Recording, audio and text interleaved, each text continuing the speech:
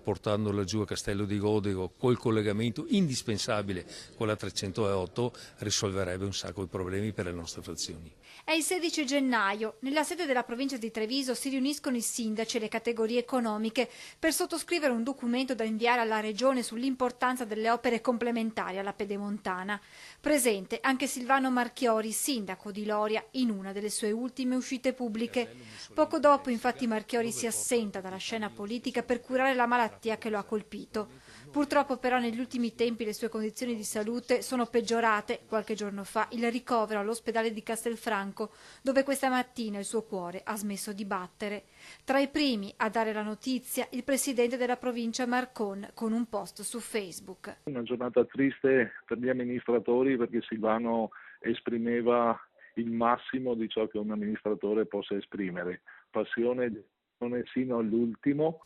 La settimana scorsa Marcon aveva parlato per l'ultima volta telefonicamente con Marchiori. Trasmetteva ancora positività, ancorché la malattia lo stesse provando, insomma. E sono veramente rattristato oggi, è una giornata brutta. Marchiori, 72 anni, era anche consigliere provinciale con delega alla pianificazione territoriale, urbanistica e agricoltura. Imprenditore, in passato aveva ricoperto gli incarichi di assessore e consigliere comunale.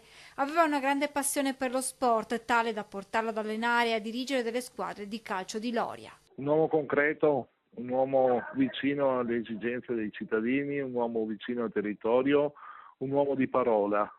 Un uomo che mancherà. Una giornata triste oggi, triste, voglio fare le mie condoglianze alla famiglia e a tutti i familiari. Silvano, non voglio crederci. Fino a qualche giorno fa si parlava di strategia, dei prossimi step in Unione e poi mi raccontavi del tuo comune, sempre con la testa lì. Non hai mai perso la grinta, la voglia di andare avanti e ancora avevi parole per me e per tutti. Così il sindaco di Vedelago, Cristina Andretta, che esprime il proprio cordoglio per la scomparsa di Marchiori.